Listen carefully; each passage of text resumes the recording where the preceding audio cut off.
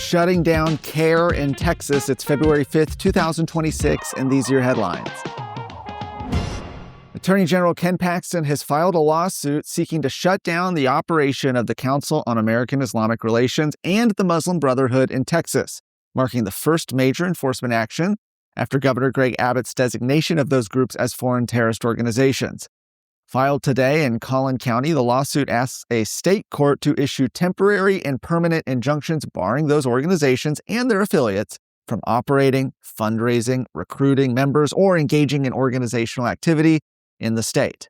Paxton argues that CAIR functions as an American arm of the Muslim Brotherhood and that both groups advance Sharia-based ideology incompatible with Texas law.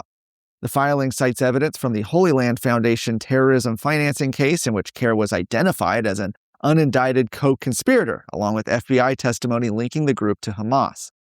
Abbott's November proclamation designated CAIR and the Muslim Brotherhood as foreign terrorist and transnational criminal orgs, restricting their ability to operate or acquire property in Texas. CAIR has dismissed the lawsuit as a politically motivated attack and said it will continue operating while challenging the designation in federal court. In a related story, an unnamed staff member has now been placed on leave from Wylie ISD after allowing the unauthorized distribution of Islamic materials on campus at Wylie East High School. The incident occurred Monday during a World Hijab Day event promoted by the school's Muslim Student Association.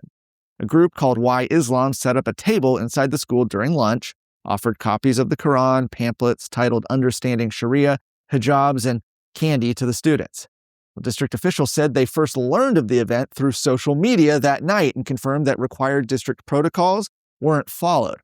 Superintendent Kim Spicer said visitors were checked in through the front office and escorted by a staff member, but that the staff member failed to verify the purpose of the visit or confirm that guest speaker approval had been granted.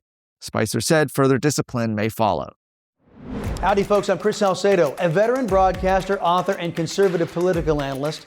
I take a no-nonsense approach to the toughest questions Americans are wrestling with today. Join me on the Salcedo Storm podcast, where I discuss national, state, cultural news.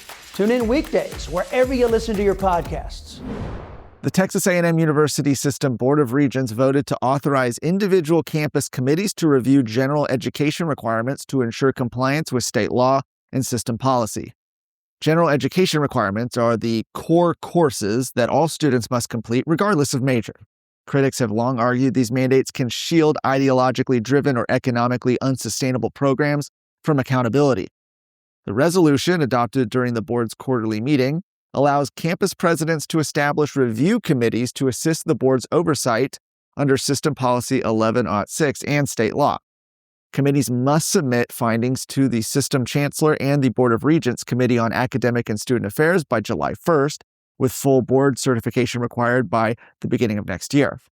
The reviews are mandated by Senate Bill 37 that was passed last year and requires regents to evaluate general education curricula every 5 years to ensure they are foundational, workforce relevant, and compliant with accreditation standards. System Vice Chancellor James Hallmark said reviews will begin this spring. Regents say the process is separate from a prior internal review that eliminated Texas A&M's Women and Gender Studies program.